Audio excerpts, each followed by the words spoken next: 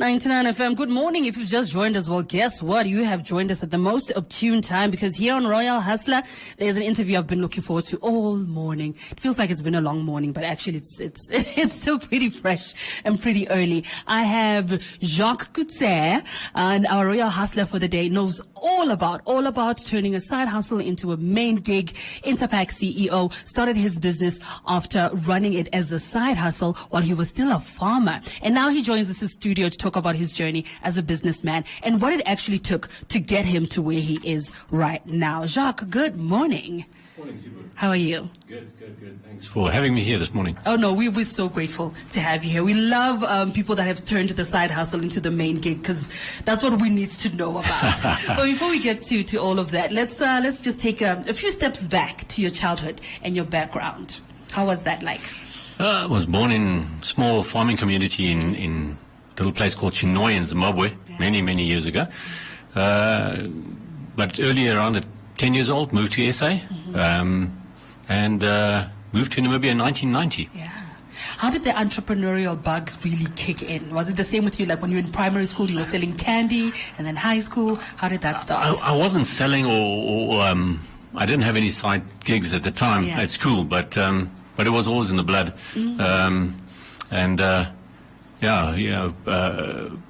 After school, I didn't want to go do tertiary. Finished matric, and wanted to start working. Wanted to start a career, and I went farming for about 10 years in the Caprivi, tobacco and maize of all things. Started a side hustle because I was earning so little as a farm manager. So.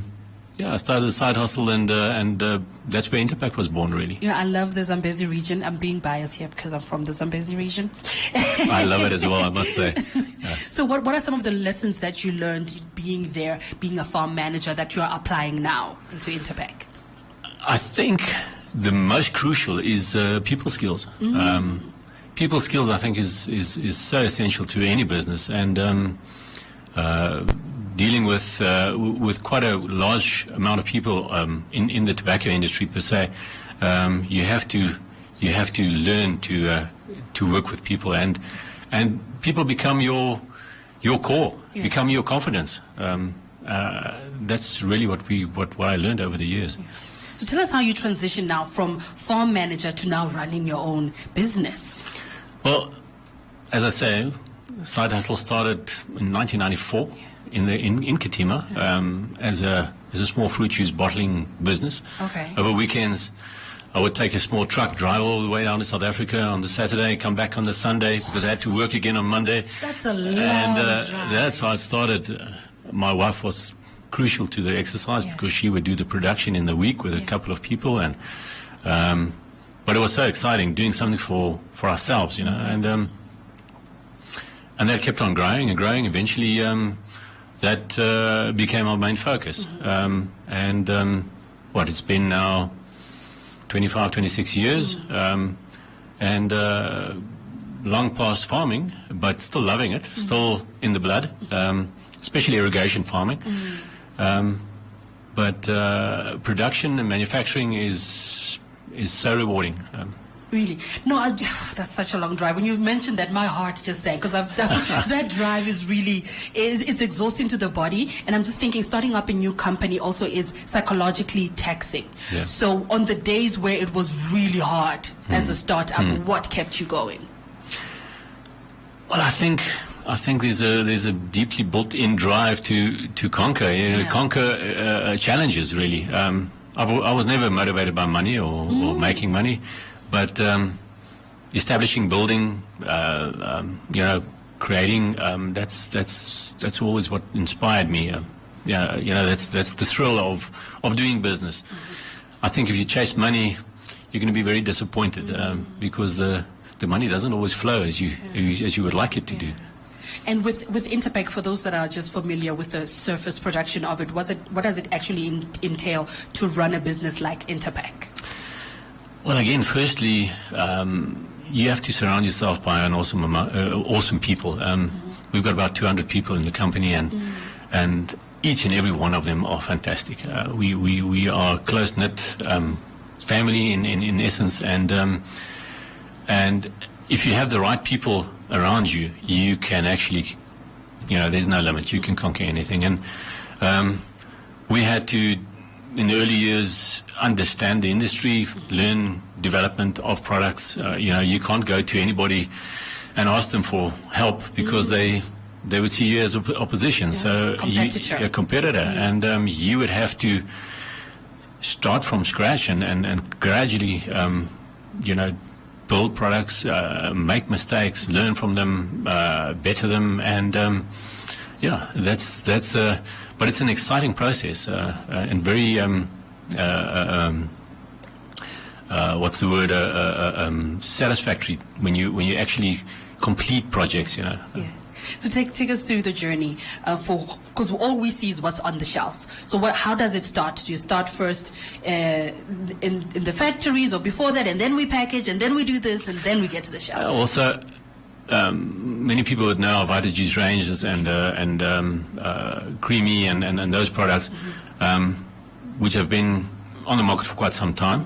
But in the during last year, which already started actually in 2017, just to get back to your point, it takes a long time to identify a product and then to start developing the product and then to create the capacity to produce the product, and then a lot of R&D and a lot of investment before that product can be produced and put on shelf. But that's the exciting part of it,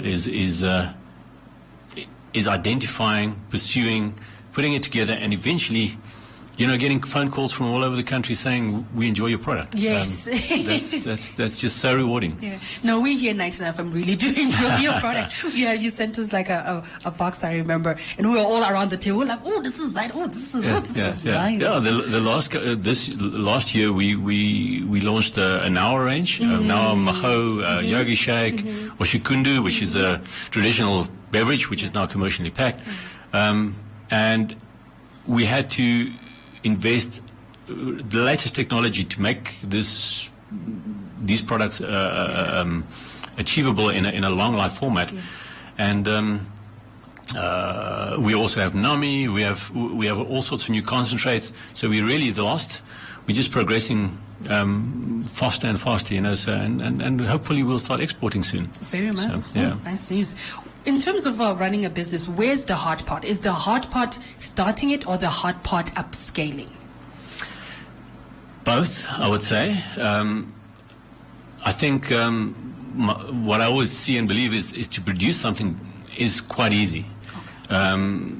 The technologies are there. But to produce it in such a way that you can successfully enter the market and have the right product for the right market and the trading of it, that's the challenging part. As a company, we supply the whole country from Katima to Luderitz to on a weekly basis. Every outlet, every store. Those are big challenges. The logistics around getting the product to market. But the rewarding thing is once it starts rolling, once it starts happening, you can build on that and you can actually progress from onto the next and yeah.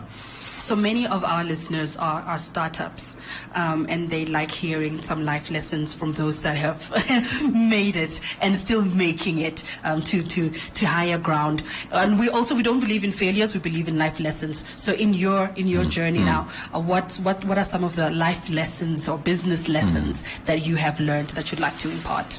Well, to be very honest, firstly, trust in God.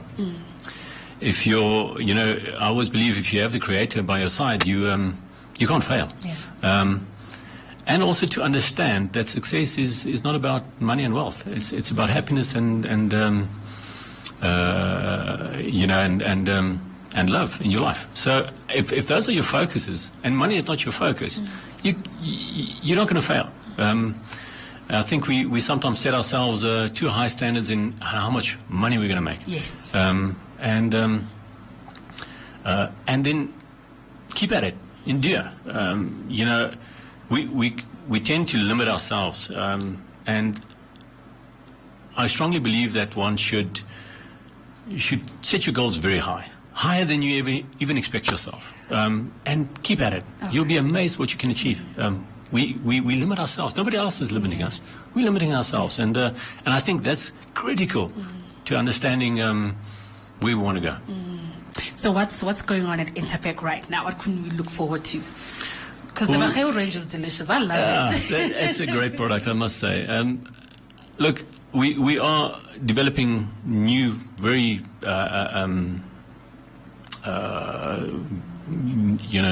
what can I say, new great products with new technologies. We are busy installing equipment as we speak. But I can't reveal them now. Of course. But watch this space. Watch this space. Also, I was like you mentioned, you alluded to it earlier, just exporting. Oh, exporting a Namibian product, that's just, it's amazing. Yeah, that is. And that's been our goal for a long time. Yeah. One of our goals for many years was to produce a product with ambient shelf life. Because, so on our range and so on is all ambient shelf life because it's packed in a specific thermal way. Yes. And this actually opens up further markets because with a perishable product you can only reach that far, and then the costs become too much. But yes, I also really believe that local production is the well-being of the future of Namibia. So we have to really work at it, and it's so rewarding to see startups working. We often have people knocking on our door just asking advice or just, and I always say I can't tell them what works, but I can tell them what doesn't work. Speaking of, where Namibia is headed, what's getting you excited about the future of Namibia? Well, I can honestly tell you, all our chips are on Namibia. We invest every cent we have back into Namibia, and I'm really very excited about Namibia and the future of Namibia. Traveling the world, there's no better place than Namibia. And the people of Namibia are absolutely awesome. We have our challenges, and some of them pretty serious, but I think they're, with God's grace and good leadership, they are absolutely solvable. I'm really excited, and the proof is in the pudding. If you come visit me, you'll see what we are investing back into the country. Well, thank you so much, Jacques, for coming. Aspiring entrepreneurs always look forward to just diving into the well of wisdom. So we really appreciate Thank you so much, Sibu. I really appreciate it. We're definitely going to have more of your products here on 99 FM because, like I said, we're obsessed. Yeah, we'll have to get. Yeah. Obsessed. Thanks a lot for having me. So that was your royal hustler for the day, turned from working on a farm in Zambezi region, which is the best region in Namibia in the world. But you didn't hear that from me. You didn't hear that from here. To now being Interpack CEO. Man, what a journey. And it can be your journey as well. We hope you were inspired here on 99 FM.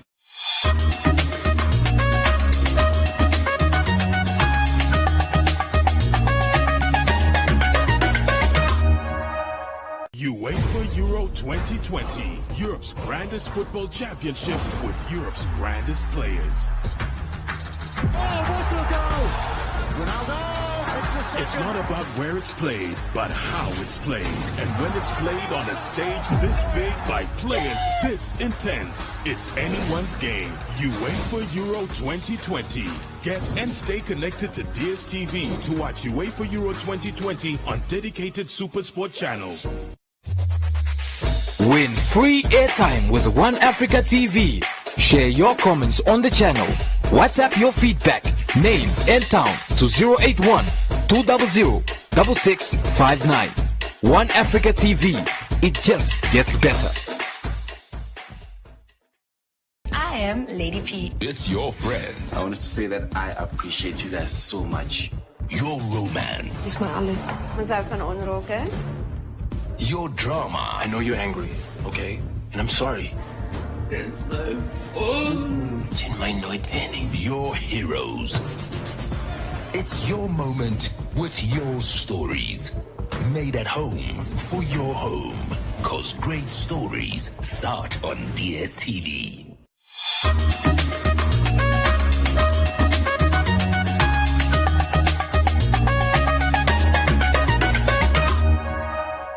99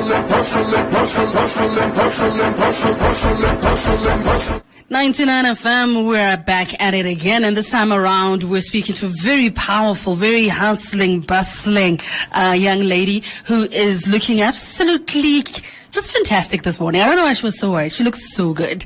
Kulan Gaines. She's Ganes.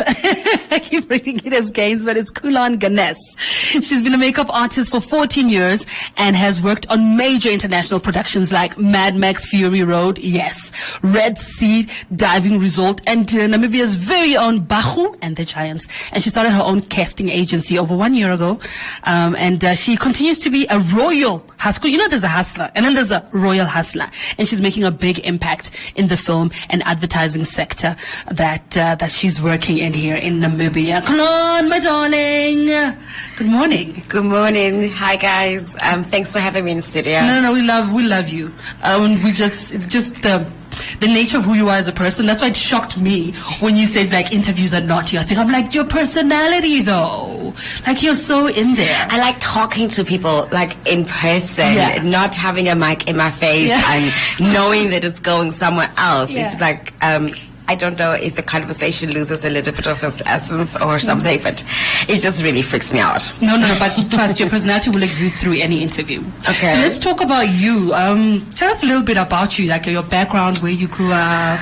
I was born 34 years ago in Windhoek. Grew up in Kadatura. I'm the eldest of 3 kids. Oh, wow. I have a brother and a little sister. My mom, and I have my mom, my dad, my stepdad, and I have extra half siblings that are also just around. So I grew up in a big house with like over 2 adults and about 7-8 children. Yeah. So yeah, it was quite a what should I say, a roller coaster. And you also know, as black families, we also have cousins and cousins aunties that come live there, and siblings. We don't have cousins, we have siblings. Yes, we have siblings. Our cousins, our siblings, and I was from the era that used to play in the riverbeds and have to run home before the lights go on, and that kind of favorite childhood memory.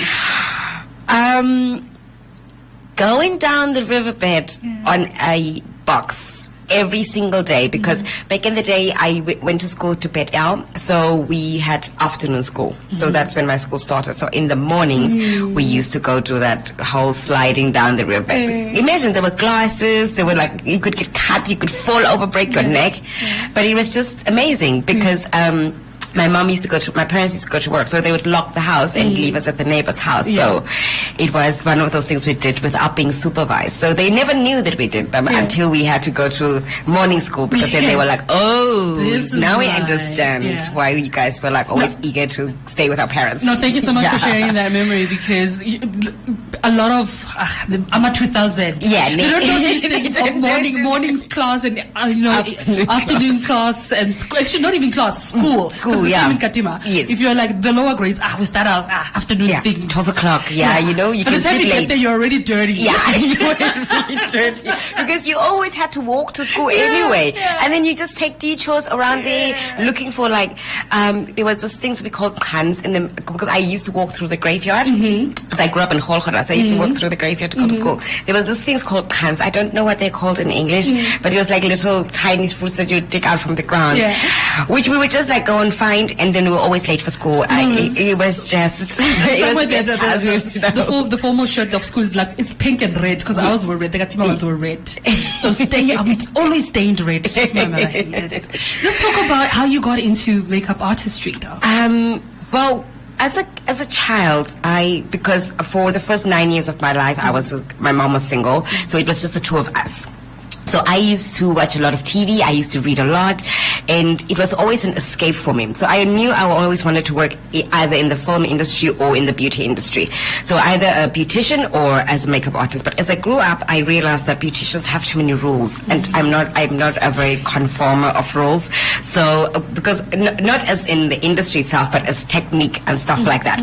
Whereas makeup is much more free with creativity. And I always knew that it was either a beautician or a makeup artist. So when I got older and got into grade 12, I did my research, and this is where I am. Yeah. Yes. The field of work in terms of being a makeup artist, I mean, right now we're living in the era of YouTube where anybody can be a makeup artist. Yes. Air quote, we are all makeup artists now most because we took a couple of tutorials. Yes. And I know how to do the wing. I still can't do the wing. Oh! As a professional makeup artist, Yeah. it is embarrassing to say this, but I still can't do it. On myself or on other people. Yes. But how's the industry now? Well, when As a I professional started, it was literally, there was nothing happening. It was very fresh. I started with, my first gig was music video for Gaza, Kick It, I think it was. It never came out, but that was my first makeup artist gig, which was paying. All the other things that I did before that was for free. I worked for free for like 2 years. But now, it's a totally different ball game. We are on Netflix, guys. So it's like, it's showing that there's growth and there's always room for improvement. But where we are at now and what we were doing when we were like, it's a massive difference. So I'm very happy. I'm very happy to be in the industry at the right moment, at the right time. For some reason, I'm still here. How did you get into all of these big productions, Mugal? Like we have Mad Max, or we have Red Sea, we have Bahu and Deja. How? Mad Max, I hammered that producer, the South African UPM, For those that don't know, every single UPM day. is? Yeah, every single day. I used to call him, I used to text him, I used to be like, I want to be on that job. I don't really always take no for an answer. So yeah, he called me one day and said, do you want to be in Swakopmund by tomorrow? And I was like, yes. I was at the hospital. I left everything. I was supposed to get tested and stuff for major health issues. And I was just like, I'm not doing this. I left the hospital, went home, packed my bags. And then I was in Swakopmund, and yeah, the rest is history. We won an Oscar.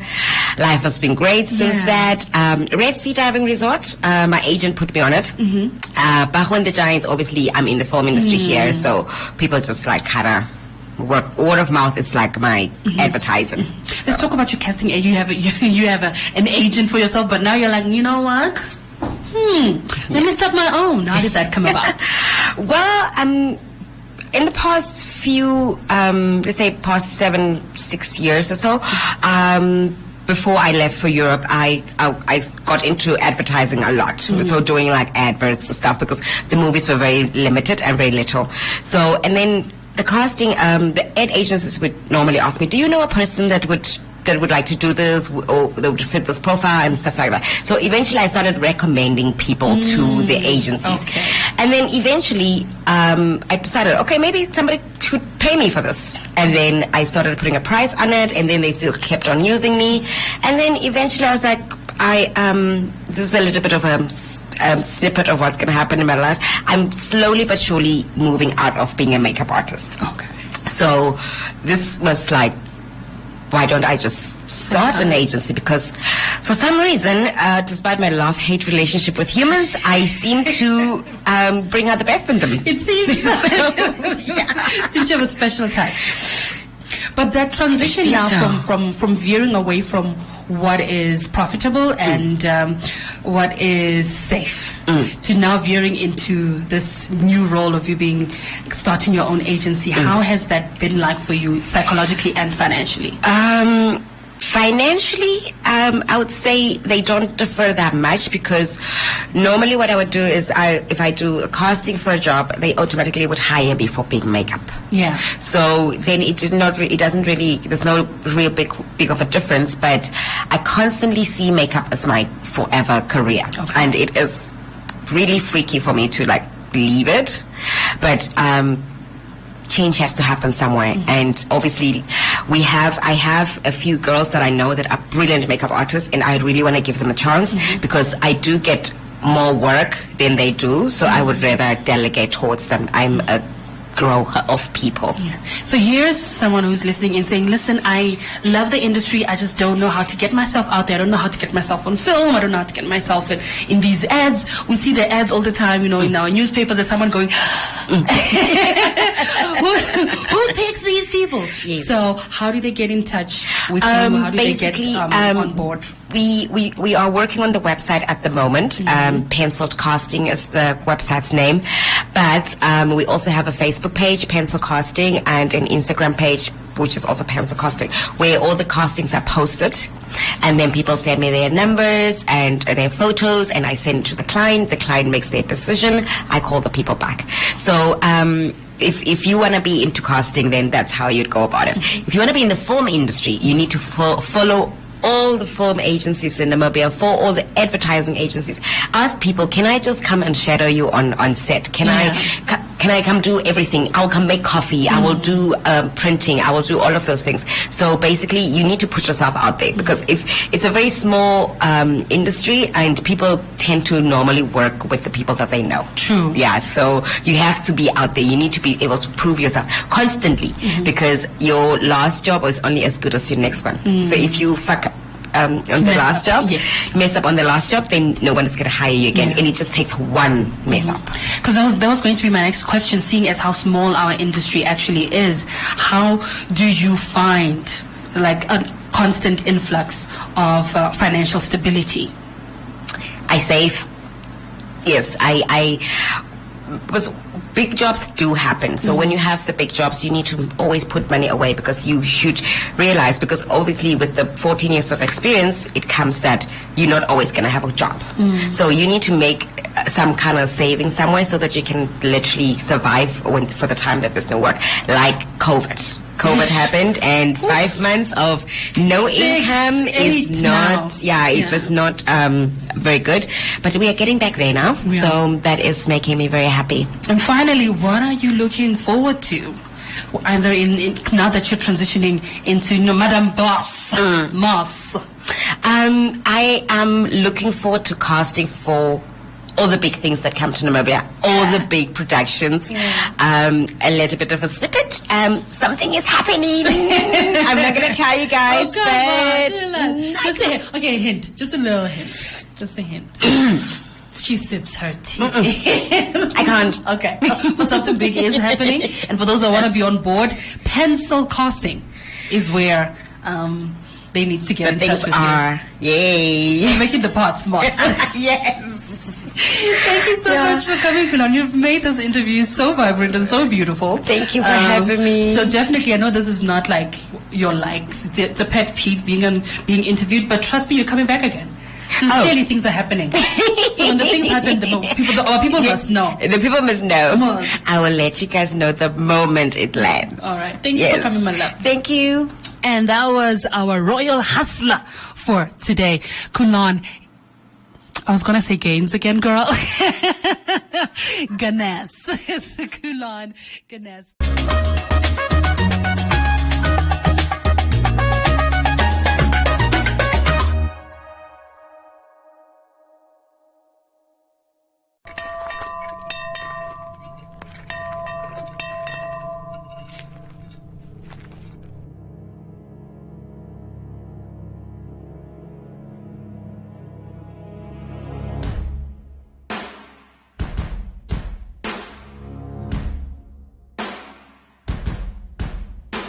We'll take him to the martyr, tie him up by each of their hands.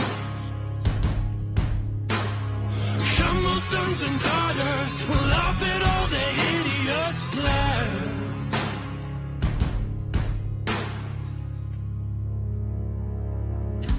Lately I've not walked the hills round J Park, baby.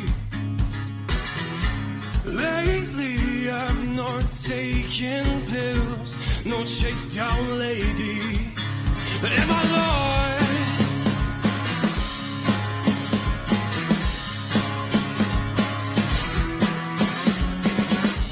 Break my soul, my heart, my will to ensure safety. But can you tame these winds of change that kill my name? Or am I lost? If you can't find me, yeah, am I lost? If you can't find me, yeah, am I lost?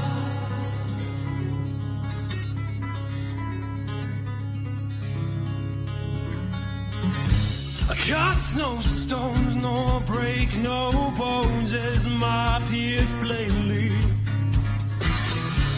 laugh at those who think their words are more life-changing than anybody else.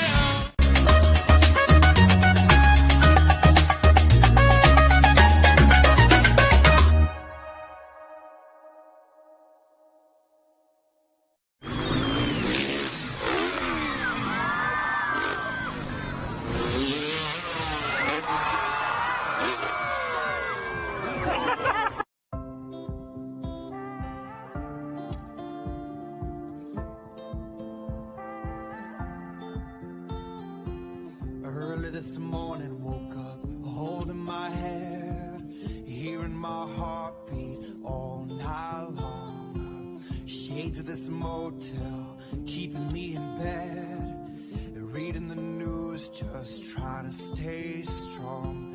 I need to just get up and take a deep breath, keep it together, 'cause it's a beautiful day.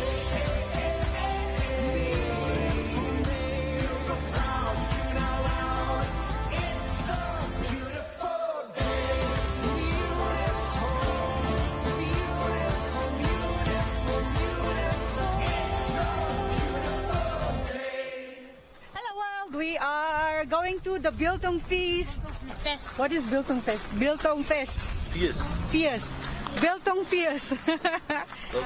It's annually, it's always done every year in Namibia. So we're gonna go check out what is up for this year. Yeah, so there's gonna be motorcyclists and freestyling and stuff like that. So we're gonna go check them out. Yeah, they're gonna do the flips and stuff. So let's check it out. There's quite a lot of people. Can you see? If you can see the cars all over this place, and there's this school bus in front of us. Let's check it out.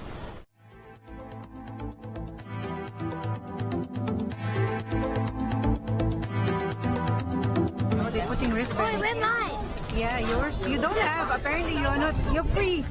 You're free to go in. So we can bring like 20 little kids here. Hello. Don't worry. You'll get some of this. Okay, here's mine. Don't worry, we'll give you. Oh. But you will still get. Hey, Annie. Okay, then Dada's turn. What now?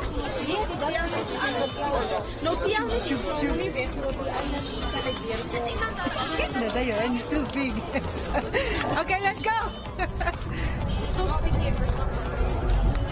Where to? I'm starving, guys. We have to go get some food. Oh, okay. We're walking.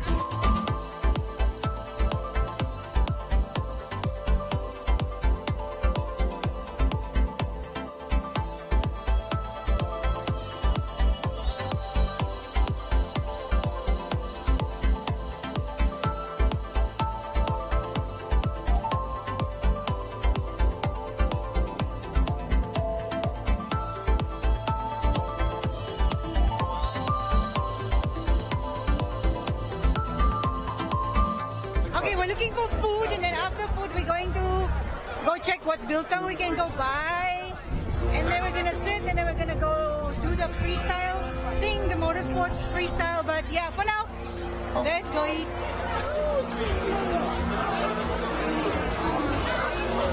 What? Apparently we can go there straight.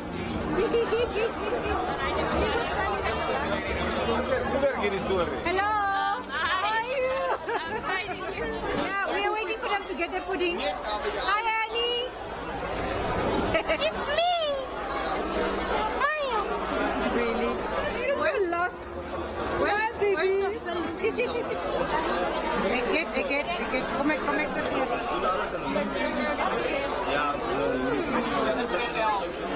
Nice. Kom ons laat die applaus gaan. Kom ons laat hom hoor. Ons niks lekkerder as iemand wat deel neem aan die applaus gaan. Deel nemer, nommer 3. How's your food? That's okay. Annie. Just get yourself this one? What is this? Toyota what? Toyota CHR. It looks nice though. looks nice. Yes. It looks so Compact and looks nice, small. I like that. I like this shape. It looks like my dolphin. Huh? But it's only 2 seat. Two. Ooh. You want this car? I want that beer. Oh, I thought there was only 2. But okay, the other. Oh, right. It's very spacious inside. Nice and spacious. 4 doors. I thought there was only 2 doors or 3 doors. What do you call that? But this one's thing is up there, not here.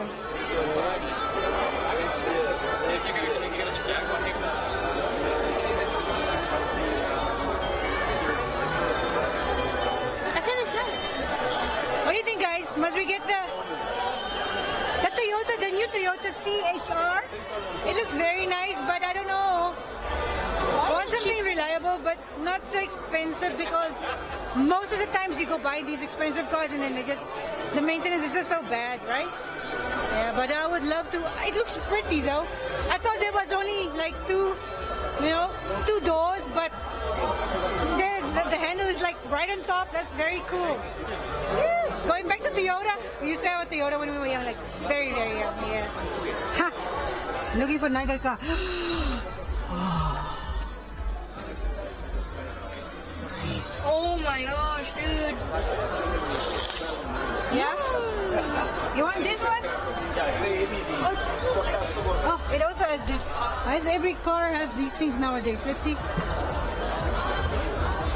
It looks almost the same, eh? Yep. Nice.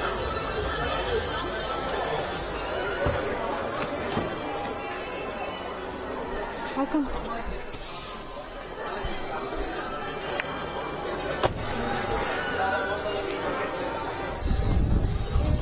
You guys wanna come? Okay.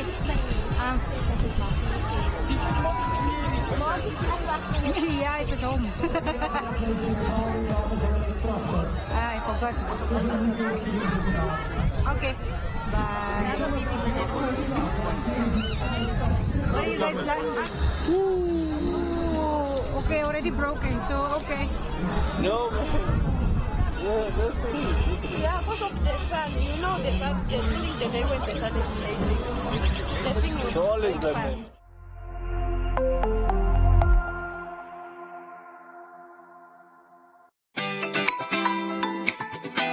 Great combo deal from Choppies.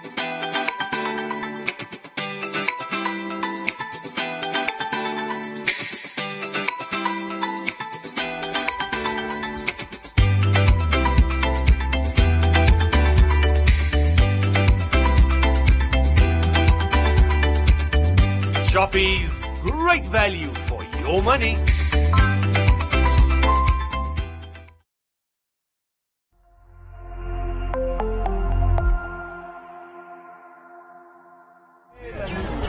Hey, Namibia. Okay, let's go and let's go get some biltong. Live? Alright guys, we are doing the biltong. Mari's actually going live now on our YouTube channel, so yeah, we're gonna go ahead and check. What are you looking at? The biltong. Okay, we're gonna checking all the biltong. What? Okay, wait too. Let us going live on our YouTube channel.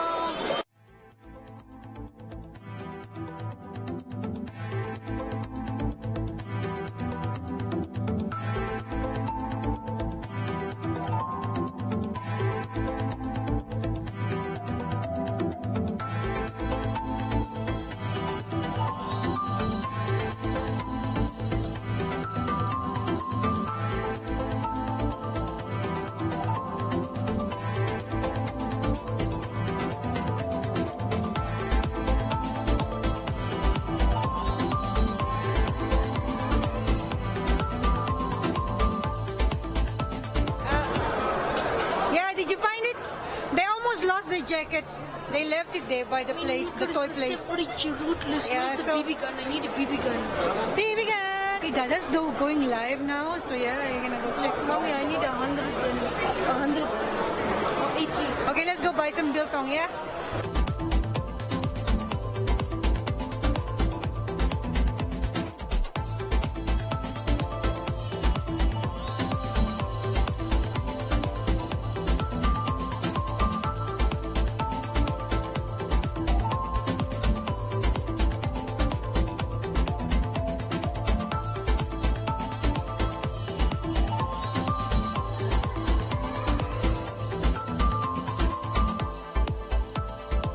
Okay, for some of you that don't know what is biltong, it's like beef jerky in America. So all the Americans out there, it's called biltong in Namibia or in Africa, but then it's beef jerky. Is it biltong? This is bacon. Bacon? Oh, that's bacon. Oh wow. Okay. It looks like what do you call it?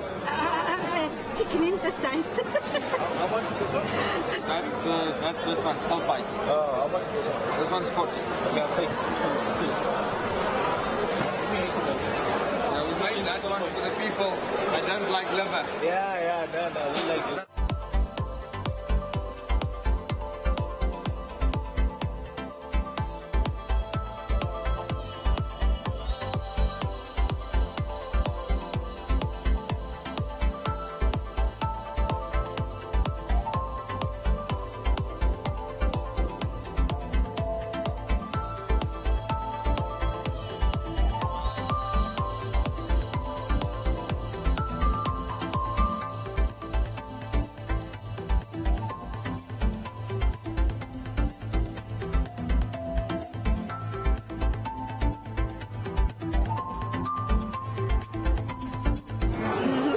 You can take one. That's chili, I think. The other one is. The taste test. Are we buying also? How does it taste, Annie?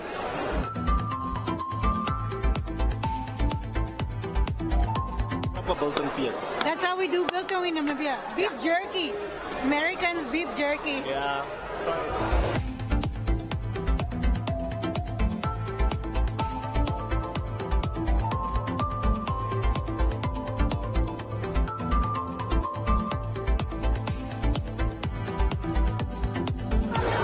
You see, it gets hanged like this. Just chutney, one chutney. Yeah. You see, we hang it like this, you see? But obviously with spices and stuff. Yeah, so we're getting the chutney.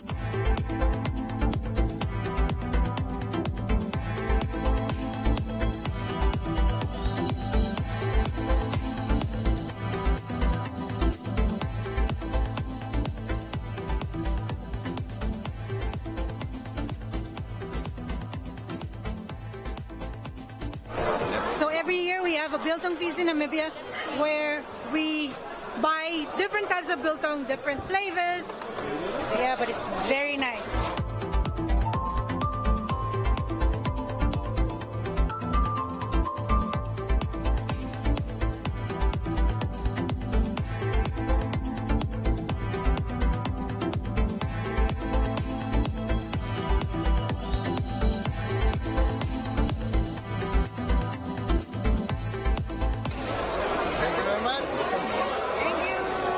So we make our biltong also, but it's very nice also to come and buy because different flavors that we cannot have and we cannot do and we cannot create. So yeah, let's go check the motorcycle show.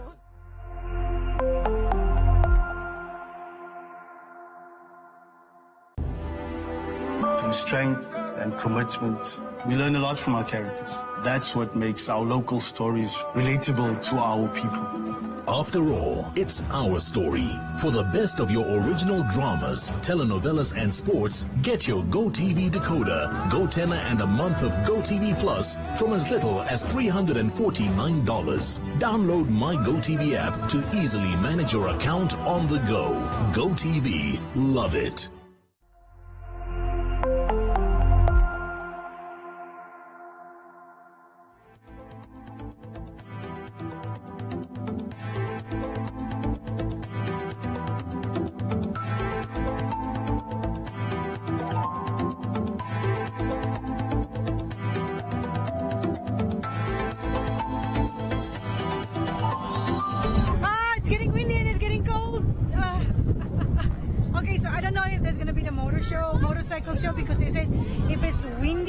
not gonna be any.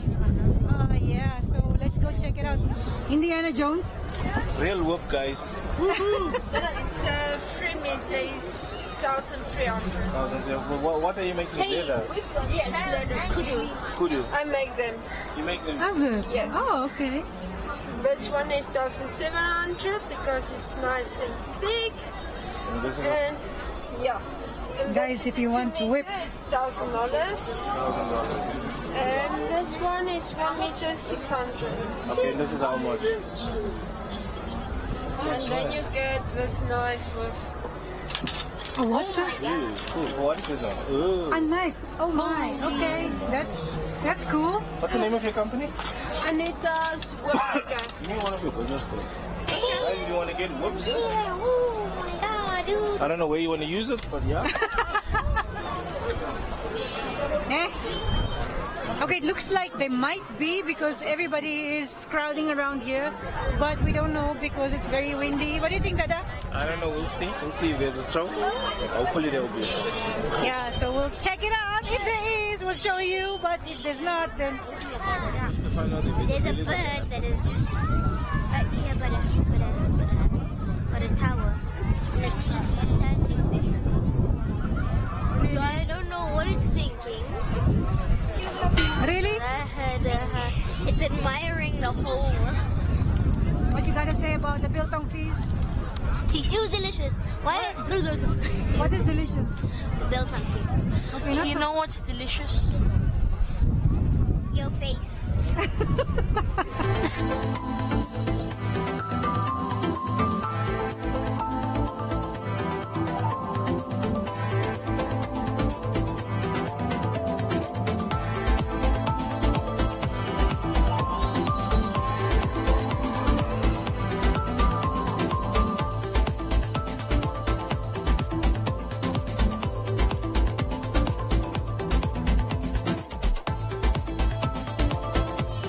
Okay, so we are waiting for the riders. They are going on their way.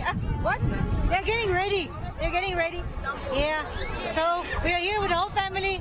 Look who's here. Also want to see the motorcycle. You want to see the motorcycle, Auntie? Yes, Auntie. Huh? Yes, Auntie.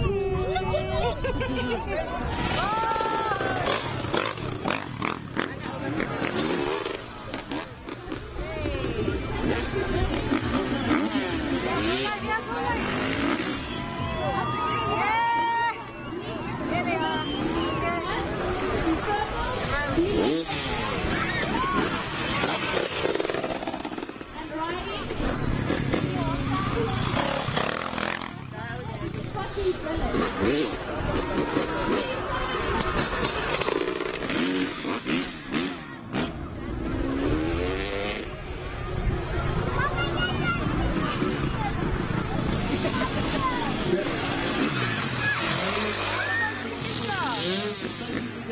The riders are going to surrender and start basically preparing themselves for the show. Obviously, the more noise there is, the better.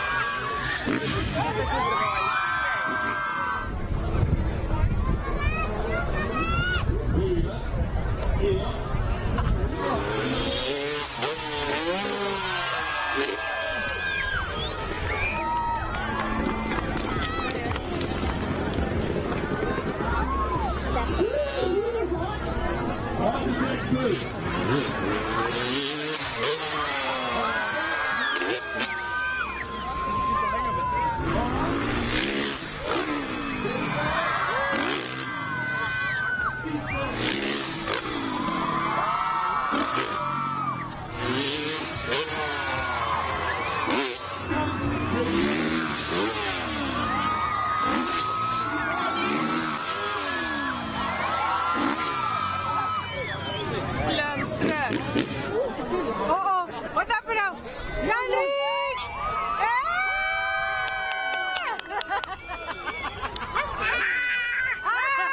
Okay.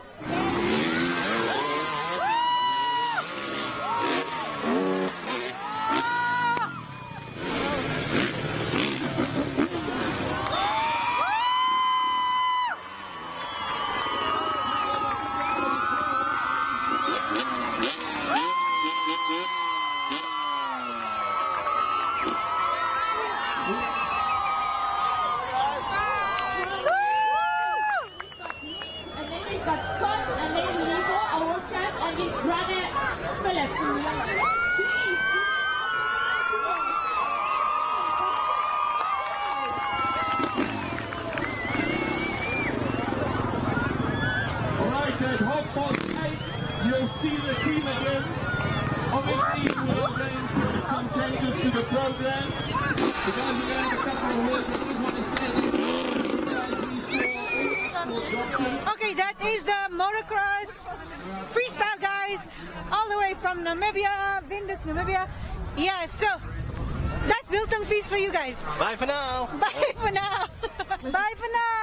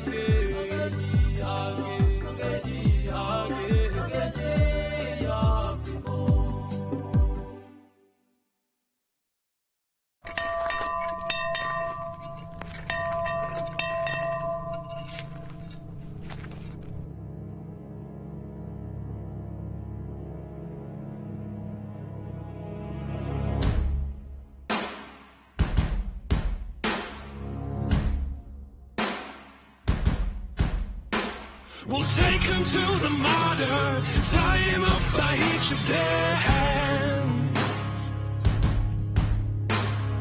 Come on, sons and daughters, we'll laugh at all their hideous plans.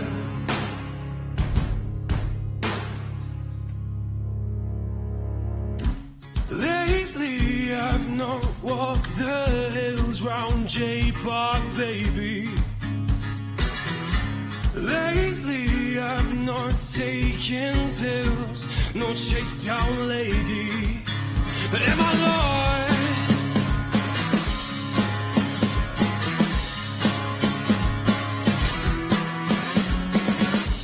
Break my soul, my heart, my will to ensure safety. But can you tame these winds of change that call my name? Well, am I lost if you can't find me? Yeah, am I lost if you can't find me? Yeah, am I lost?